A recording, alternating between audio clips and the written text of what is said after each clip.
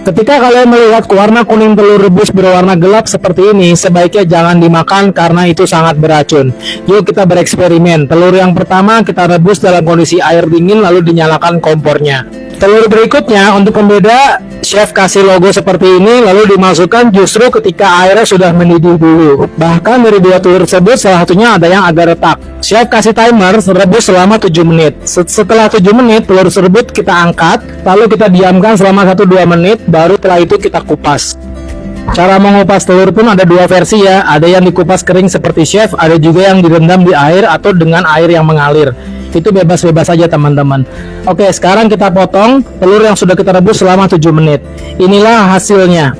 Warnanya masih kuning keemasan, bahkan yang satu lagi pun telur yang tadinya retak pun direbus masih dalam kondisi kuning keemasan.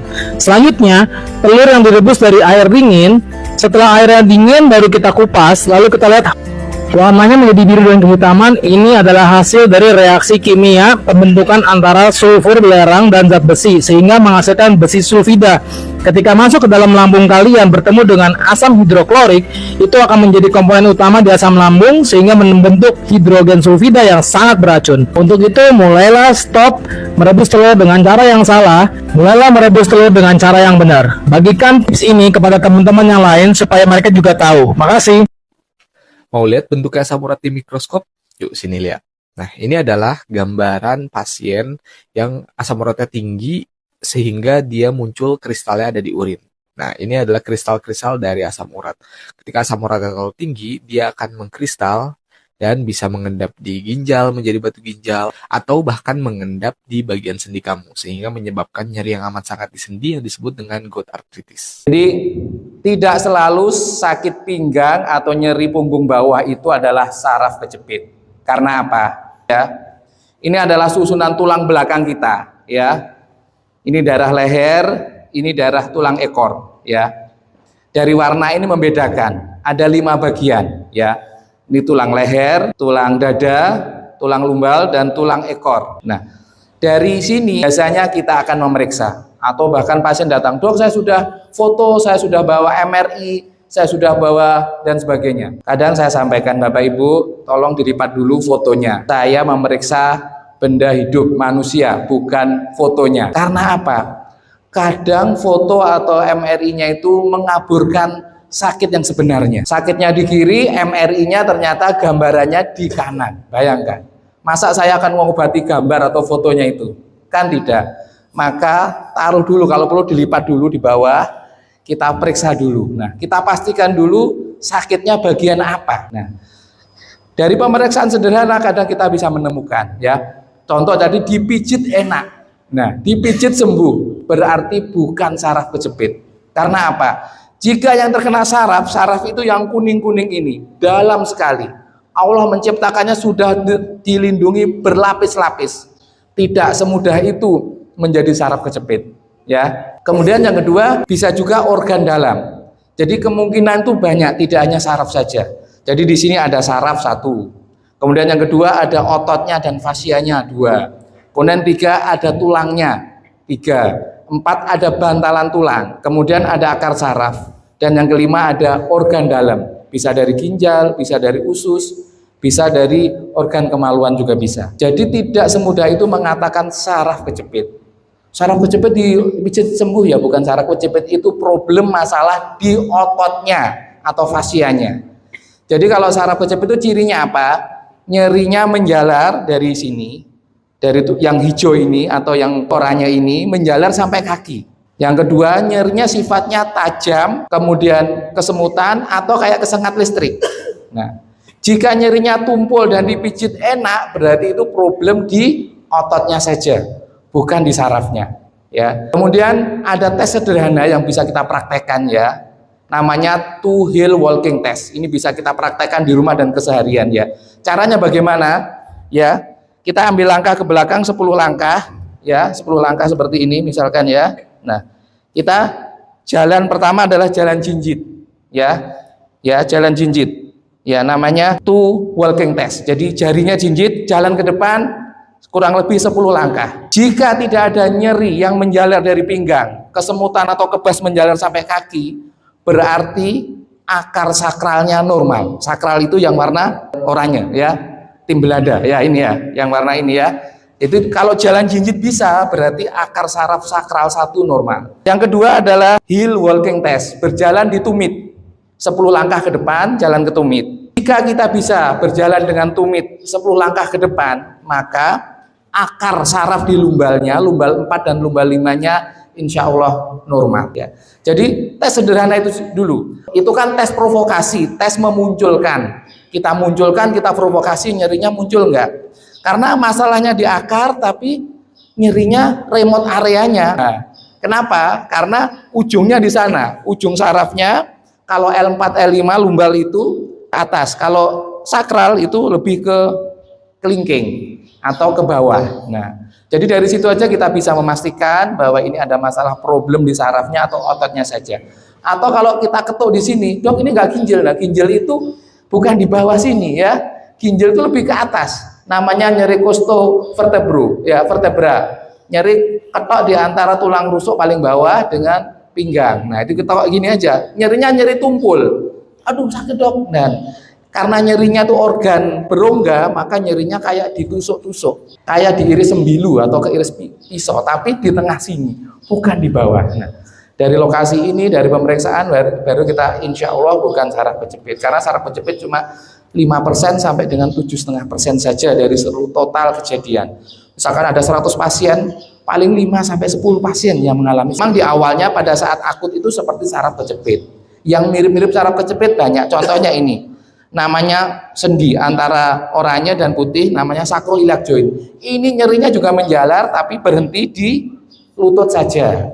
Namanya sacroiliac joint. Tapi nyerinya juga menjalar. Tapi kalau setelah kita periksa, kita provokasi, ternyata bukan saraf kejepit.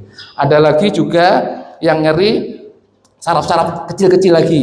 Nah, jadi perlu pemeriksaan, tidak hanya dipukul rata semuanya saraf kejepit. Nah, bagaimana kalau sudah terjadi saraf kejepit? Ya, yang pertama adalah fisioterapi. Ya, itu penting sekali. Kita bisa fisioterapi mandiri atau ke rumah sakit ya. Yang paling bagus lagi fisioterapinya di dalam air. Namanya hidroterapi.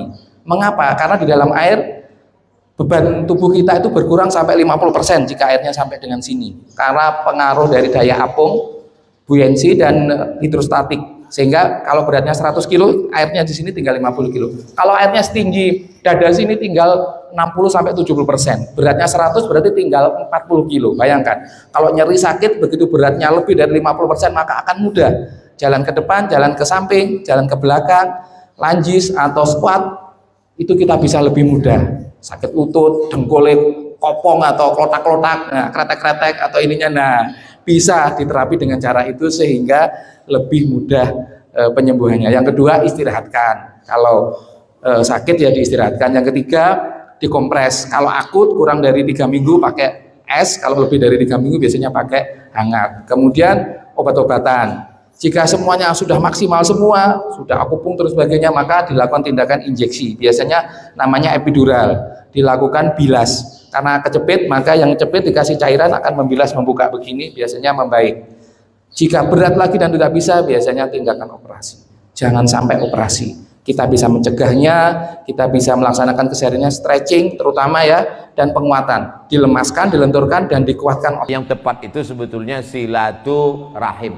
Adapun di sini ditulis silaturahmi, mungkin yang membuat baleho ini anggota HMI. Man ahabba ayyubsatalahu fi rizqihi, siapa yang mau lapang rezekinya, wa yunsa'alahu fi atharihi, mau panjang umurnya, falyasil rahimahu, hendaklah dia menyambung silaturahim. Tapi tak salah juga kalau mau dibuat silaturahmi mungkin bahasa Indonesia, tapi kalau bahasa Arabnya silaturahim. Dengan bersilaturahim ini panjang umur. Bagaimana dengan orang yang tak mau bersilaturahim? Kata Nabi, la yadkhulul jannah, tak masuk surga. Qati'ur rahim, tak masuk surga orang yang memutus tali silaturahim. Puasa sunat rajin, banyak berinfak, berwakaf, bersedekah, tapi memutuskan tali silaturahim, la yadkhulul jannah, tak masuk surga. Qati'ur rahim, orang yang memutus tali silaturahim. Satu kali tidak salat, satu hari di neraka. Satu hari di neraka sebanding yakni 1000 tahun di dunia. Jadi kalau ada orang asarnya out, maghribnya out, isanya out, subuhnya out, zuhurnya out, sehari semalam 5 waktu dia tidak salat, berarti 5.000 tahun dia ada di neraka. Dah biar mikir dah. Bu, ayo pilih mana anak muda? Mau ke surga dipaksa apa ke neraka tapi ikhlas? Mendingan ke surga tapi dipaksa daripada ke neraka tapi ikhlas. Betul. Nah, lihat nih, sepanas-panasnya api di dunia warnanya kebiru-biruan. Warnanya apa, Bu? Kebiru-biruan. Dan sepanasnya api di neraka 70 kali panasnya api yang sangat panas api yang ada di dunia. Bayangin tuh. Saya ulang, sepanas-panasnya api di dunia warnanya kebiru-biruan. Panasnya api neraka 70 kali panasnya api yang sangat panas api yang ada di dunia. Di neraka nanti Allah kasih makan. Jadi di neraka tenang aja, dikasih makan gratis sama Allah. Apa makanannya? Buah zakum. Apa itu buah zakum? Lelehan logam yang mendidih, yang apabila dimakan maka badan pun terharga. Sesaat ditinggal nyawa, anak istri tercinta tak sudi lagi bersama, secepatnya jasad dipendam. Nah segitu aja. Enak makan bakso di Ama itu. Kayak aslinya. Hadirin hadirat rahimakumullah, ini yang pertama. Sallallahu ala Muhammad.